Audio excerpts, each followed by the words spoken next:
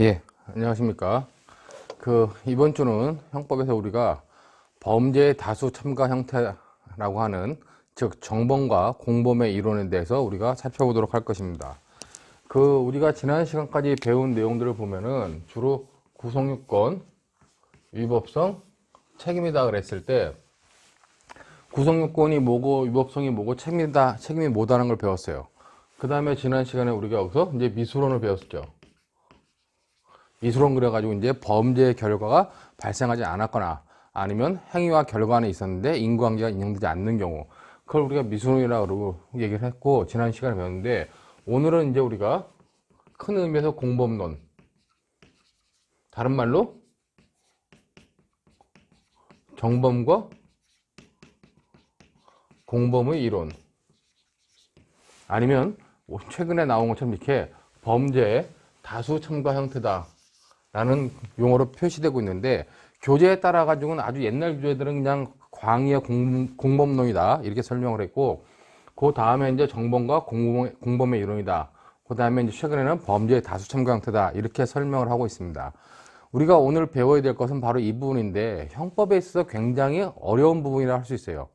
그러니까 왜 어렵냐, 실제 우리가 이 부분은 뭐냐면은, 이 객관적 구성요건 요소가 있을 때, 자, 여기에 주체, 객체, 행위, 결과, 행위와 결과 사이에 인과관계가 있다. 그 다음에 주관적 구성요건 요소로서 고의가 있다. 이거는 인식 플러스 의사다 이렇게 얘기했었죠. 자, 중요한 거는 이제 우리가 여태까지 살펴본 범죄는 이 주체와 관련돼 가지고, 이 주체가 한 명의 자연인일 때를 우리가 전제 삼고 여러 가지 얘기들을 한 것입니다. 근데 여러분들이 알다시피 범죄는 혼자서 할 수도 있지만 여러 사람이 같이 할 수도 있어요. 그럼 여러 사람이 같이 했을 때 그 사람들의 관계들을 우리가 어떻게 정리할 것이냐 하는 이론 분야가 바로 정범과 공범 이론, 아니면 범죄의 다수 참가 형태다라고 이렇게 얘기를 하는 겁니다. 그렇기 때문에 여러분들이 오늘 배워야 될 건, 여러 사람이 등장한다, 그 사람들 사이에서 관계들을 우리가 어떤 기준에 의해서 어떻게 설정할 것인가 하는 것만 여러분들이 정확하게 잘 이해해 두면 됩니다. 자, 제가 이런 얘기를 드릴게요. 여러분들이 한 편의 범죄 영화를 봅니다. 자, 범죄 영화를 보면 그 범죄 영화에서 주인공이 있고 조연이 있고 엑스트라가 있죠. 자, 여러분들이 생각할 때 주인공을 어떻게 정합니까? 조연을 어떻게 정해요? 그리고 엑스트라를 어떻게 정해요? 그 영화 감독이 정하는 겁니까? 여러분들이 볼 때는 주인공이 누구다 딱 알 수 있잖아요. 그 정하는 기준을 생각했을 때 영화에 가장 많이 나온 사람이 주인공이다. 그럼 범죄에서 일을 가장 많이 하는 사람이 주인공이라 보는 거예요. 일을 많이 한 사람이 여러 명이다? 그럼 여러 명이 다 주인공인 겁니다. 어떤 영화는 범죄 영화인데 불구하고 주인공이 안 나와. 목소리만 나와. 근원 목소리라고 하는 영화 있죠. 강동원이가 목소리만 나오는 영화가 있는데, 그렇게 주인공의 얼굴은 안 나오고 목소리만 나오면서 전체 영화를 지배할 수도 있어요. 근데 강동원을 우리가 주인공으로 볼 수 있다는 거죠. 그런 기준에 따라 가지고 한 편의 범죄 드라마에서, 범죄 영화에서 누구를 주인공으로 보고 누구를 조연으로 보고 누구를 엑스트라 볼 것이냐, 그 기준을 정하는 것을 우리가 오늘 배운다, 그렇게 여러분들이 생각을 해두면 될 것 같습니다. 자, 그러기 때문에 오늘의 핵심 내용은, 자, 범죄는 기본적으로 한 명이 한다고 알고 있는데, 한 명이 아닌 여러 명이 했을 때 그 사람들의 관계들을 우리가 주인공이냐 아니면 조연 엑스트라냐로 나누는 것을 우리가 배우는 건데, 그걸 볼 때 우리가 주인공을 우리가 일반적으로 정범이라고 합니다. 그 다음에 조연과 그 엑스트라를 우리가 공범이라고 얘기를 해요. 그렇기 때문에 여러분들이 정범과 공범을 구별하는 기준이 무엇인지를 정확하게 이해하는 게 가장 중요하다는 겁니다. 자, 근데 범죄를 하는데 한 명이 할 수도 있고 여러 명이 할 수도 있어요. 자, 근데 어떤 범죄들은 반드시 두 사람 이상이 할 수밖에 없는 범죄들이 있습니다. 자, 그렇게 범죄를 함에 있어서도 반드시 두 사람 이상이 참여해야지만 성립하는 범죄가 있는 반면에, 그렇지 않고 한 명이 해도 되고 여러 명이 할 수 있는 범죄, 그런 범죄들로 나눌 수 있다는 겁니다. 자, 우리가 이 한 명 이외에, 한 명이 아니라 다수일 때 얘네들의 관계를 어떻게 나누냐 보면, 우리가 크게 임의적 공범과 임의적 공범과 필요적 공범이다 라고 하는 큰 개념으로 나눠요. 여기서 임의적 공범이다 라고 하는 얘기는 임의적 공범은 혼자 할 수도 있는데 여러 명이 한 거예요. 근데 필요적 공범은 뭐다? 필요적 공범은 여러 명이 반드시 해야지만 성립하는 범죄, 그런 걸 우리가 필요적 공범이다 라고 얘기를 해요. 자, 여러분들이 주의해야 될 게 필요적 공범이다 라고 하지만은 실제로는 얘는 뭐예요? 필요적 공범이다 하지만 실제는 정범이다, 이렇게 여러분들이 받으시면 됩니다. 그렇기 때문에 임의적 공범에서 혼자 할 수도 있는데 여러 명이 했을 때 그런 범죄들을 임의적 공범이라고, 그 사람들 사이에는 우리가 정범과 공범으로 구별할 수 있다는 겁니다. 여기서 정범이 뭐다? 여기서 정범이 주인공을 말하는 것이고, 그 다음에 공범이 우리가 그 조연이나 엑스트라를 말하는 겁니다. 자, 정범에는 우리가 혼자 하는 범죄, 그걸 단독 정범이라고 그러죠. 즉 범죄 영화에서 주인공이 한 명 있는 겁니다. 그게 단독 정범이에요. 자, 주인공이 여러 명 있어. 그걸 우리가 학술적으로는 공동 정범이라고 합니다. 자, 아까 근원 목소리라는 영화처럼 실제 범죄 영화에 드러나진 않지만 목소리만 나와가지고 전체 영화를 지배하는 사람들, 그런 사람들을 우리가 간접 정범이라고 합니다.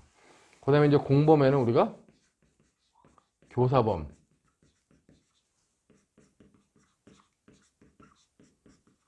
방조범이라고 하고, 다른 말로는 종범이라 하는 사람들이 있다. 그렇게 여러분들이 이해되면 될 거예요.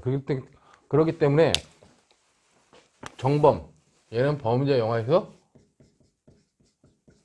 주인공, 공범은 주인공 외, 여기서 뭐 교사범은 엑스트라거나 방조범은, 교사범은 이제 뭐 조연이거나 방조범은 우리가 쉽게 말하면 엑스트라 정도다. 그렇게 여러분들이 이해하시면 될 것 같습니다. 그렇기 때문에 우리가 범죄에 참여하는 사람들이 혼자 하면 단독 주인공이죠. 단독 정범이라 하는 겁니다. 공동 주인공, 공동 정범이라는 거예요. 영화엔 드러나지 않지만 실제 영화를 전체 지배하고 있다. 그 사람들을 간접적 주인공, 간접 정범이다. 이렇게 여러분들이 생각을 하면 됩니다. 자, 이제 실제로 교사범이라고 하는 것은, 교사범이라고 하는 자체는 뭐냐면은 내가 범죄할 마음이 없었어요. 근데 어떤 사람이 나한테 자꾸 범죄를 해라. 내가 먹고 살기 힘들어. 근데 도둑질을 할 수는 없어. 그 가만히 살고 있는데 어떤 사람이 와서 도둑질해서 먹고 살면 편하다. 도둑질을 해라. 가지고 도둑질할 마음이 없었는데 도둑질을 하게 할 마음을 생기게 해서 나를 도둑질하게 만들었습니다. 자, 도둑질은 누가 했어요? 도둑질은 내가 했죠. 그 범죄 영화를 나 혼자 찍었다는 얘기입니다. 내가 뭐예요? 내가 단독 정범이고 내가 주인공이라는 얘기입니다. 자, 근데 나는 실제로 범죄를 할 마음이 없었는데 나한테 범죄할 마음이 생기게 하고 범죄로 나아가게 한 사람은 누구예요? 누군가 나한테 부추긴 사람 있죠. 그 사람을 우리가 교사범이라고 하는 겁니다. 자, 그 이후에 방조범은 뭐냐? 내가 원래 범죄할 마음이 있었어. 도둑질해서라도 먹고 살아야지. 이걸 범죄할 마음이 있었는데 옆에 사람이 그래, 도둑질하면 편하게 먹고 살 수 있어. 도둑질하는데 내가 도움을 줄게. 이렇게 해가지고 정신적이나 물질적으로 도움을 주는 사람들, 그런 사람들을 우리가 방조범이라 이렇게 얘기를 하는 겁니다. 그렇기 때문에 여러분들이 임의적 공범은 한 명이 할 수도 있고 여러 명이 할 수 있는 범죄인데, 여러 명이 했다면 그 사람들의 관계를 이렇게 주인공 또는 주인공 외로 나눌 수 있고, 주인공에는 단독 주인공, 공동 주인공, 간접 주인공, 즉 단독 정범, 공동 정범, 간접 정범이 있다. 여러분들이 이렇게 이해하면 됩니다. 그 다음에 이제 공범, 주인공 이외에는 교사범이라 할 수 있는, 조연이라 할 수 있는 교사범, 그 다음에 엑스트라라 할 수 있는 방조범이 있다. 이렇게 여러분들이 이해하시면 돼요.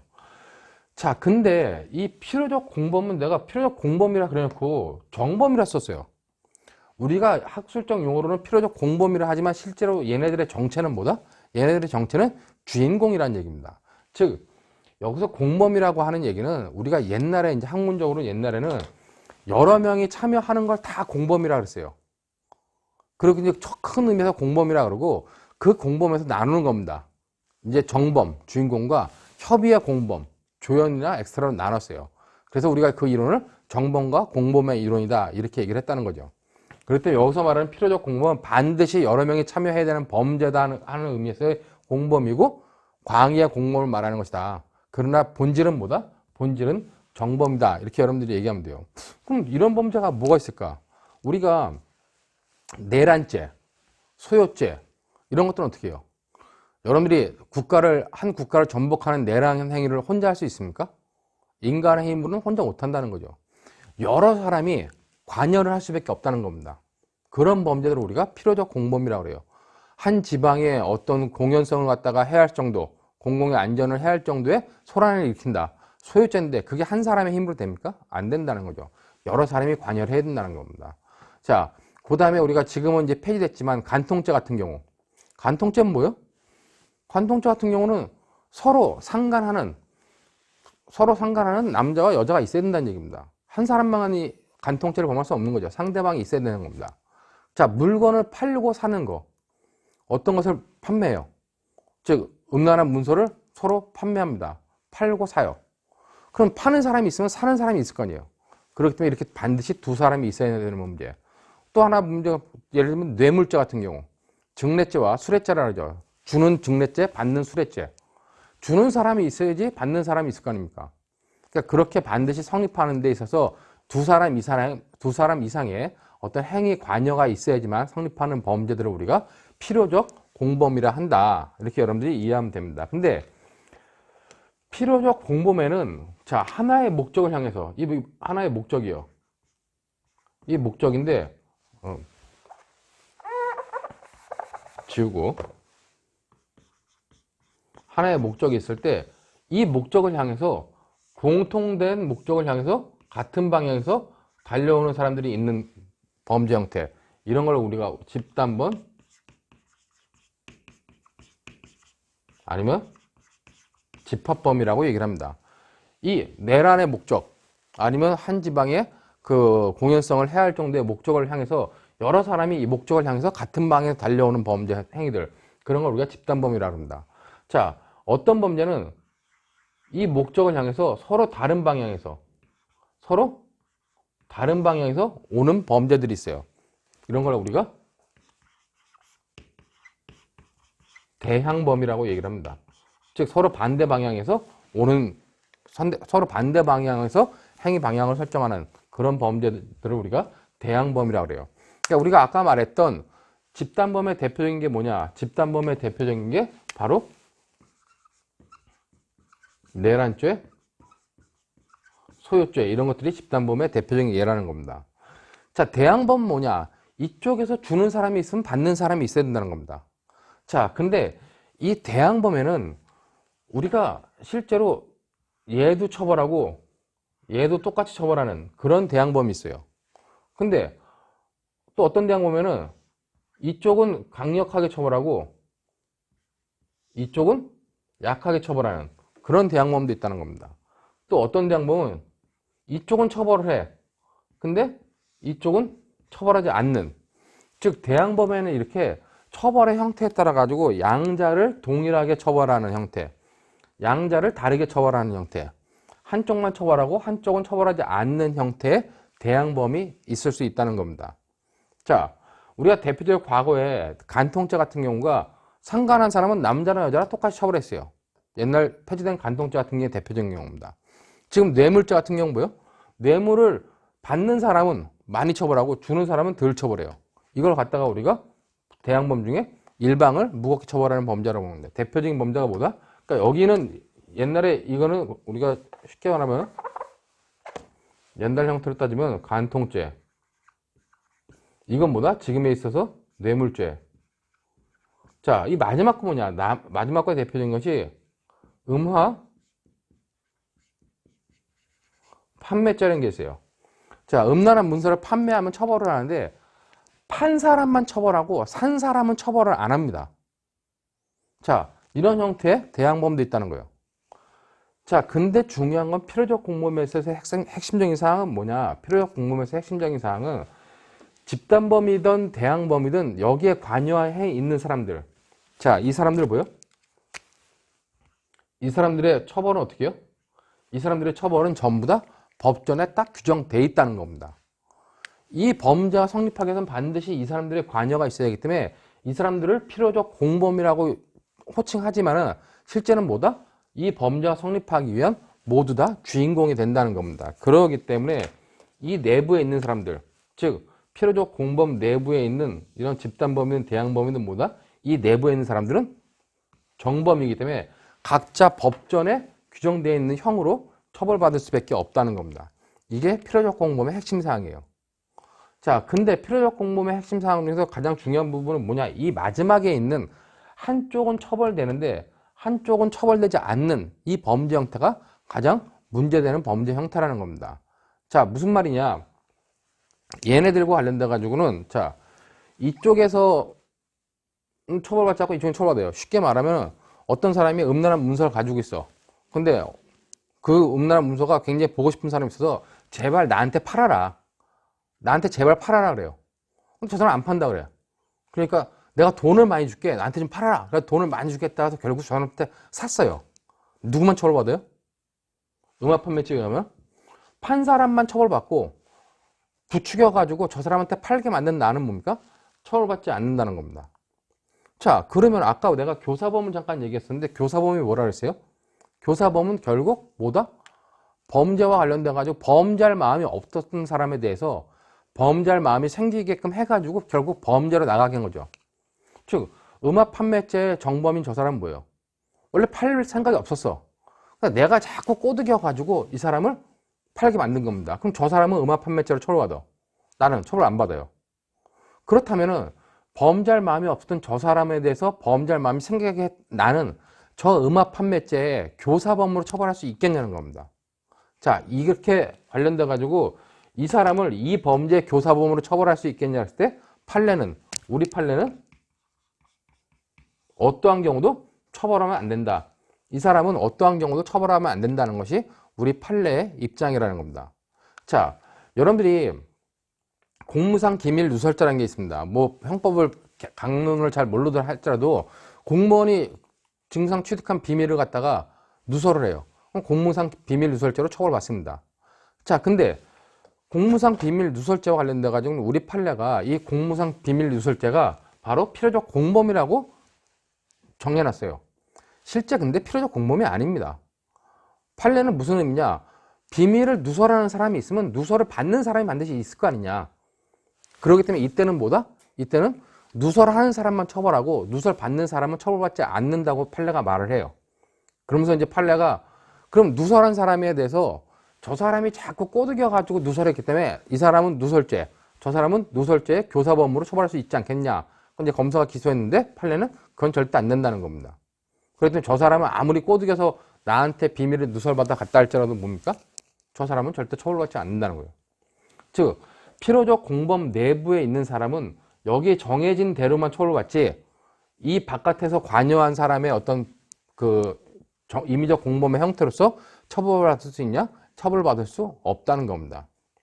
근데 제가 좀 전에 얘기했듯이 필요적 공범은 과연 비밀 누설죄는 필요적 공범일까요? 아니라는 겁니다. 판례는 상정하기를 누설하는 사람이 있으면 누설 받는 사람이 있을 거라고 했잖아요. 그러나 필요적 공범과 관련돼 가지고는 이 양자가 서로가 서로를 알아야 돼요. 근데 내가 국가 기밀을 알고 있어. 근데 막 다니면서 아무나 뿌려. 길바닥에 뿌리고 뭐 인터넷에 막 퍼뜨렸어요. 특정된 사람이 누설 받습니까? 아니라는 얘기입니다. 특정된 상대방이 없다 할지라도 내가 충분히 저지를 수 있는 범죄임에도 불구하고 판례는 우리의 기밀 누설죄를 갖다가 비밀 누설죄를 이 필요적 공범이라 그래가지고 이 논리를 적용시키고 있다. 여러분들이 그렇게 이해하면 됩니다. 자, 필요적 공범은 굉장히 좀 아직 공범 개념도 모르는데 이 필요적 공범을 얘기하니까 여러분들이 당황할 수 있습니다. 좀 어렵긴 해요. 하지만 여러분들이 이런 필요적 공범이 있구나 하는 정도로만 좀 이해해두고 필요적 공범은 말은 공범이지만 실제로는 정범이다. 각자가 다 주인공이다. 이렇게 보면 된다는 얘기입니다. 각자가 주인공이기 때문에 주인공에 따른 법적 효과인 형벌로 처벌받을 뿐이지 주인공인 사람이 뭐 교사범이라고 하는 이런 그 엑스트라라든가 아니면 조연으로 처벌받지는 않는다. 그런 의미로 여러분들이 생각을 해두면 될 것 같아요. 자, 필요적 공범의 얘기는 이 정도로 설명하고 마치도록 하겠습니다. 실제로 형법에서는 뭐 이런 집단범과 대항범이라 가지고 내가 말한 내란죄, 소유죄, 간통죄, 뇌물죄, 음압판매죄, 비밀누설죄 이런 것들이 있는데 특별법에는 필요적 공범의 형태로 되어 있는 것들이 굉장히 많아요. 그렇기 때문에 그런 부분을 볼 때는 그 사람들은 법전에 처벌형이 있는 것으로만 처벌받는구나, 그렇게 여러분들이 이해하시면 됩니다. 자, 우리가 필요적 공범의 얘기는 이 정도로 해서 마치도록 하고, 다음으로 앞에서 봤던 이제 임의적 공범과 관련돼 가지고, 자, 여기서 핵심 사항은 임의적 공범은 혼자 할 수도 있고 여러 명이 할 수도 있는 건데 여러 명이 한 겁니다. 정범을 주인공이라고 그래요. 공범을 주인공이 아닌 조연 엑스트라라고 합니다. 그러면 얘네들이 주인공인 기준이 있을 거 아니에요. 왜 주인공으로 보느냐? 자, 우리가 주인공의 기준이 뭐냐는 겁니다. 얘네들을 주인공으로 보는 기준. 이 기준을 정확히 알고 있으면 얘네들이 주인공인지 아닌지 쉽게 파악할 수 있다는 거죠. 자, 우리가 실제로 어떤 범죄 영화라든가 실제로 범죄 행위에서 정범과 공범을 구별할 때 항상 뭐부터 구별한다? 정범부터 찾아냅니다. 정범에 해당하는 사람들 이외의 나머지를 우리가 공범이라 그래요. 이걸 학문적 용어로는 정범 개념의 우위성의 원칙이다. 즉, 정범 개념을 먼저 확정하면 나머지가 공범이 된다고 하는 것을 우리가 정범 개념의 우위성이라고 한다는 얘기입니다. 그렇기 때문에 반드시 정범부터 먼저 찾아내는 얘기죠. 그럼 얘네가 정범이면 정범인 이유, 정범인 어떤 기준이 있어야 될 거 아니에요. 주인공인 기준이 있어야 되는데 그 기준을 어떻게 잡냐는 겁니다. 이와 관련돼 가지고 단독 정범은 직접 실행 지배라고 그래요. 자, 직접 실행 지배는 혼자 범죄 행위를 다 했다는 겁니다. 한 명이 나와서 주인공이 혼자 역할을 다 했다는 얘기예요. 즉, 직접 실행 지배를 했기 때문에 얘가 주인공이라 보는 겁니다. 자, 공동 정범은 우리가 기능적 행위 지배를 주인공의 기준으로 보고, 간접 정범은 우월적이라는 말을 쓰기도 하고 안 쓰기도 하는데 우월적 의사 지배라고 하는 그 주인공의 표지를 나타내는 겁니다. 자, 여기 보면은 행위 지배, 의사 지배, 무슨 뭐 실행 지배라 가지고 우리가 지배설이라고 그래요. 이런 기준을 제시한 사람이 독일 학자 중에 클라우드 록신이라고 하는 교수가 있습니다. 그러니까 클라우드 록신이라고 하는 사람이, 제가 이제 웬만하면 외국학자 이름 안 쓰는데, 클라우드 록신이라는 사람이 무슨 얘기를 했냐? 범죄에 여러 명이 참가를 했다면은 그 사람들의 주인공성을 나타내는 걸 우리가 잡아야 된다. 주인공의 기준이 뭐냐를 잡아야 되는데, 이 사람은 지배범에서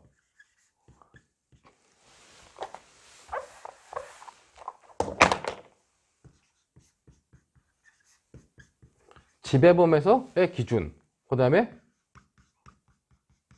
신분범에서의 기준, 그 다음에 의무범에서의 기준, 자수범에서의 기준이 다 다르다 그래놓고, 지배범에서의 기준은 뭐다? 지배범에서의 기준은 바로 이런 것이다 라고 얘기를 한 거예요. 그럼 여러분들 생각할 때 지배범은 뭐야? 갑자기 처음 듣는 얘기인데, 이게 지배범이라고 하는 얘기는 그냥 여러분들이 쉽게 생각하면 우리 형법으로 보면은 우리 형법에 나와 있는 게 일반범이다. 그러니까 우리가 혼자 할 수도 있는데 여러 명이 할 수도 있는 가장 일반적인 범죄. 그러니까 지배범을 여러분들이 생각할 때는 그냥 일반적인 범죄, 일반범이다 라고 얘기하면 된다는 겁니다. 자, 그러면 이렇게 일반적인 범죄 형태에서는 뭐다? 기능적 행위지배가 있으면 공동정범이 되는 거고, 우월적 의사지배가 있으면 간접정범이 되는 거고, 혼자 다 지배했다? 그러면 단독정범이 되는 겁니다. 자, 그럼 신분범이나 의무범이나 다수범은 뭐냐? 이 신분범은 이 주체와 관련돼 가지고 어떤 신분이 있는 사람, 즉 공무원이라고 하는 신분이 있는 사람만이 수뢰죄의 주체가 되겠죠. 자, 그렇게 어떤 범죄를 하려면 특정한 신분이 있어야지만 성립하는 범죄, 그런 범죄들을 우리가 신분범이라고 하는 겁니다. 자, 이 신분범에서는 범죄의 주인공이 되려면 반드시 뭐가 있어야 돼요? 그리고 신분이 있어야 되기 때문에 여기서 주인공을 나타내는 건 뭐다? 신분 있는 자만, 신분 있는 사람만 주인공이 될 수 있다는 겁니다. 의무범은 어떤 의무를 할 수 있는, 의무를 해야 되는 자, 즉 의무 있는 자만 주인공이 된다는 얘기예요. 자수범은 뭐냐? 스스로 다자에다가 손수자를 씁니다. 자기 손으로 직접 범죄를 해야지만 성립하고 타인의 손을 통해서는 절대 할 수 없는 범죄. 그런 것들 자수범이라고 그래요. 그러니까 여러 가지 이론적 대립이 있긴 하지만은 우리나라에서 자수범에 있어서 이론 어떤 논의가 없이 모두 다 이건 100% 자수범이라고 인정하는 게 위증죄입니다. 자, 위증죄라고 하는 것은 여러분들이 법적 개념을 잘 몰라도 법정에 나가서 선서를 한 다음에 거짓말하면 우리가 위증죄로 처벌받아요. 자, 근데 그 위증죄는 누가 할 수 있어요? 선서를 한 사람만이 스스로 범죄를 할 수 있다는 겁니다. 누가 옆에서 아무리 위증을 해도 안 된다는 거죠. 법정에서 선서하고 법정의 증인으로 쓴 사람만이 그 사람 입으로 범할 수밖에 없다는 거죠. 그렇기 때문에 우리가 자수범 같은 경우는 뭐다? 자수범 같은 경우는 신분범은 신분이 있는 자만이 주체가 되고 의무범은 의무 있는 자만이 주체되고 자수범은 스스로 한 자만 범죄의 주인공이 될 수 있다는 겁니다. 이런 것들은 특수한 범죄 형태죠. 신분범, 의무범, 자수범은 특수한 범죄 형태라는 겁니다. 그러나 일반적인 범죄 형태는 뭐다? 이렇게 직접 실행 지배, 기능적 행위 지배, 우월적 의사 지배라고 하는 이런 정범의 주인공의 기준이 있어야지만 주인공이 될 수 있다. 이렇게 여러분들이 생각하면 된다는 얘기예요. 자, 그렇기 때문에 클라우드 록신이 말한 거는 뭐 가끔 객관식 혹시 시험을 준비하는 사람이 이런 지문이 나옵니다. 객관식 지문에 보면은 록신은 모든 범죄에 있어서 이런 행위 지배설, 우리가 이제 이런 것들을 행위 지배설이라고 그러는데 이런 것들 우리가 그냥 행위 지배설이라고 그러는데 록신은 모든 범죄를 행위 지배설로 설명 가능하다라고 했다라고 질문이 나옵니다. 틀린 질문이죠. 록신은 지배범에 한해 가지고 행위 지배설로 설명 가능하다 그랬고 나머지 범죄는 각 범죄마다 주인공임을 나타내는 기준이 따로 있다고 얘기를 했습니다. 그렇기 때문에 여러분들이 이 관련된 내용으로 공부할 때 록신의 행위 지배설은 지배범, 일반범에 대해서만 적용된다. 그렇게 여러분들이 이해를 해두면 될 것 같습니다. 자, 그러면 이제 여기서 우리가 중요한 거는 다 지우고 핵심적인 사항은 자, 그러면 기능적 행위 지배가 뭐냐? 우월적 의사 지배가 뭐냐? 뭐기 때문에 이 기준이 있으면 주인공이 된다는 거냐라고 여러분들이 보시면 된다는 겁니다. 자, 먼저 기능적 행위 지배를 설명하면 여러분들이 여러 명이 범죄를 하는데 3명이 범죄래요. 특히 절도를 합니다. 근데 2명이 현장에 가서 직접 절도행위를 했어요. 한 사람은 밖에서 망을 봤습니다. 망을 본 사람은 범죄의 주인공일까요? 아니면 그냥 범죄를 도운 엑스트라일까요? 즉 방조범일까요? 그 사람의 행위를 평가해서 그 사람의 망본 행위가 기능적 행위 지배에 해당한다면 비록 별 볼일 없는 망보는 행위지만 범죄의 주인공이 될 수 있다는 겁니다. 즉 정범이 될 수 있다는 거예요. 그러나 망보는 행위가 그 범죄 성립에 필수 불가결한 요소는 아니었다. 그렇다면 그때는 그냥 방조범에 해당할 수 있다는 겁니다. 그림으로 그려 설명하면은 자, A라는 범죄, 이 범죄를 완성하기 위해서는 스몰 a, 그 다음에 스몰 b, 스몰 c라는, 이걸 점선으로 그리면 이상하니까, 실선으로 그리면 이상하니까 점선으로 그려가지고 이런 스몰 a, b, c가 합쳐야지만 a라는 범죄가 완성이 돼요. 자, 갑이라는 애 혼자가 이것도 하고 이것도 했어요. 그럼 얘는 뭐겠어요?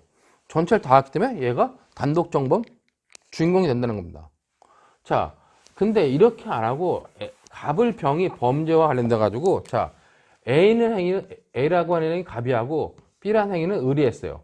C라는 행위는 병이 했습니다. A라는 절도 범죄를 하기 위해서 스몰 a라고 하는 가장 큰 행위를 갑이 하고 그 다음에 얘가 하고 그 다음에 가장 작은 행위를 병이 했어요. 이 병이 한 C가 뭐냐? C를 망보는 행위로 봅시다. 자, 이 A라는 대문자 A라는 범죄가 완성되기 위해서는 뭐예요? 요 세 개가 반드시 있어야죠. 2개만 있으면 어떻게 해요? 2개만 있으면 찌그러진 범죄가 된다는 겁니다. 그렇기 때문에 이 범죄 성립을 위해서 반드시 필수 불가결한 행위다. 비록 행위적으로는 어떤 작은 행위에 불과할지라도 이 행위가 반드시 있어야 되는 거다. 그러면 이 행위를 한 얘도 뭐다? 병도 기능적 행위 지배를 했다고 본다는 얘기입니다. 자, 그렇기 때문에 기능적 행위 지배가 갑을 병한테 다 인정된다면 어떻게 해요? 갑을 병은 공동정범이다. 모두 다 주인공이라고 얘기할 수 있다는 얘기예요. 행위를 얼마나 했냐가 중요한 게 아니라 그 행위가 어떤 기본 범죄에 필수 불가결한 요소 때문에 필수 불가결한 요소를 한 얘도 범죄 주인공이 될 수 있다. 이게 바로 기능적 행위 지배라고 하는 겁니다. 자, 그러면은 얘네들은 갑을 병은 어떻게 되겠어요? 실제로 A란 범죄 행위 했기 때문에 얘네들은 어떤 형벌을 부과받습니까? 전체 행위에 대해서 형벌 책임을 진다는 얘기입니다. 갑은 요것만 했기 때문에 요만큼 책임지고, 을은 요것만 했기 때문에 요것만 책임지고, 병은 요렇기 때문에 요것만 책임지는 게 아니라 갑을 병은 각자 맡은 바 역할을 해서 하나의 전체 범죄를 완성했기 때문에 갑을 병 각자는 뭐다? 각자는 다 전체 행위에 대해서, 즉 전체에 대해서 형벌 책임을 진다. 이게 공동정범의 기본 개념이다. 이렇게 여러분들이 이해해 두시면 될 것 같아요. 자, 그러면 이제 간접정범은 뭐냐? 간접정범은, 자, 갑이라는 애가 A라는 사람의 물건을 절취하려고 그래요. 이렇게 절취하려고 합니다. 절도하려고 그러죠. 훔치려고 그래. 자, 근데 갑이 A의 물건을 절취하면 갑은 무슨 죄예요? 뭐 법을 모르더라도 절도를 했으면 절도죄겠죠. 남의 물건을 훔치면 절도죄가 낸다는 겁니다. 자, 그럼 얘는 처벌받아. 그러니까 갑이 머리를 써가지고 이제, 자, 을한테 지시를 해요. 을은 10세 정도 되는 어른이에요. 갑이 을한테 얘기를 해가지고 A 아저씨가 가지고 있는 그 지갑은 내 거니까 네가 그 지갑 좀 갖다 줄래? 그래가지고 얘가 쫄래 가가지고 A로부터 물건을 갖다가 일로 갖다 줬어요. 자, 그때 이 을이라는 애는 형사처벌받지 않죠. 왜? 10세 미만이기 때문에 형사 미성년자라 가지고 어떠한 경우도 얘는 처벌받지 않습니다. 자, 근데 결과적으로 뭐예요? 결과적으로는 얘가 직접 가져온 행위나 절취한 거나 얘를 통해서 물건을 가져온 거나 얘는 결과적으로 똑같은 행위를 했다는 겁니다. 자, 근데 얘가 직접 범죄했어요, 안 했어요? 직접 범죄를 안 했죠. 그러나 얘를 지배해가지고 얘의 의사를, 정신력을 지배해가지고 이 사람이 자기의 범죄를 했다는 겁니다. 그랬을 때 얘를 갖다 뭐라 한다? 얘를 우리가 갑을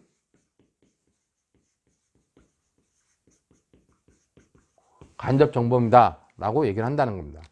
그렇기 때문에 우리 34조, 형법 34조 1항에 보면은 어느 행위로 처벌되지 않는 자 또는 과실범으로 처벌되는 자를 교사 방조하여, 이용하여라는 의미인데 교사 방조해가지고 자기의 범죄 행위를 한 사람, 이 사람을 우리가 간접정범으로 처벌한다는 겁니다. 그럼 얘는 뭐예요? 얘는 처벌받지 않고 이 사람이 주인공이라는 얘기죠. 그렇기 때문에 간접정범은 뭐다? 얘에 대해서 의사지배가 있었느냐, 즉 얘가 얘의 의사를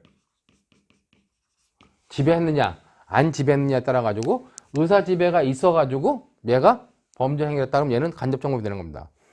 얘는 의사지배 하려는데 얘가 의사지배 안 당했어. 그럼 어떻게 해요? 얘는 간접정범이 안 되는 거죠. 간접정범이 안 되고 나중에 보면 뭐 교사범이나 방조범밖에 안 된다는 겁니다.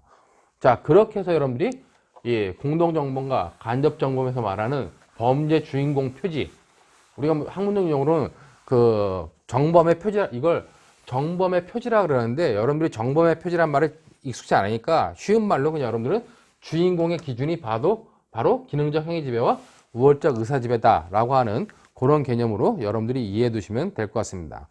자, 다음으로 이제 중요한 것 중에 하나가 이제 정범이었는데 공범 있죠. 공범 있어 그랬는데 아까 공범에는 교사범과 방조범, 다른 말로 우리 종범이라고 하는데 종범 있다 그랬을 때, 자, 얘네들은 주인공이에요. 그럼 공범인 교사범과 방조범은 뭐다? 얘는 쉽게 말하면 그냥 조연, 얘는 엑스트라다, 이 정도로 여러분들이 생각하면 된다 그랬죠. 교사범은 아까 뭐라 했습니까? 범죄할 마음이 없는데 범죄할 마음이 생기게 해가지고 그 사람을 범죄로 나가게끔 하면, 나간 사람은 정범, 주인공이고 나가게끔 한 사람, 그 사람을 교사범이라 한다는 겁니다. 방조범은 뭐예요? 방조범은 범죄할 마음이 원래 있었던 사람이 돼서 범죄할 마음을 강화시키는 거예요. 정신적이나 물질적으로 강화시켜가지고 범죄로 나가게 하면, 범죄로 나간 사람은 정범이죠. 근데 범죄로 나가게끔 도움을 준 사람, 그 사람은 우리가 방조범, 종범이라 한다 하는 정도로 여러분들이 개념 정리해 놓으시면 될 것 같습니다. 자, 요번 시간에는 요 정도로 해가지고 우리가 범죄에 있어서의 어떤 그 다수 참가 형태, 즉 정범과 공범의 이론 중에서 각각의 임의적 공범과 필요적 공범의 개념과 어떤 형태들이 있는지를 알아봤으니까 여러분들이 요 정도로 해가지고 이번 시간은 마치고 잠시 쉬었다가 바로 다음으로 이제 각각의 공동정범, 간접정범, 교사범, 방조범에 있어서의 핵심적인 내용들을 다시 한번 살펴보도록 하겠습니다. 예, 잠시 쉬겠습니다.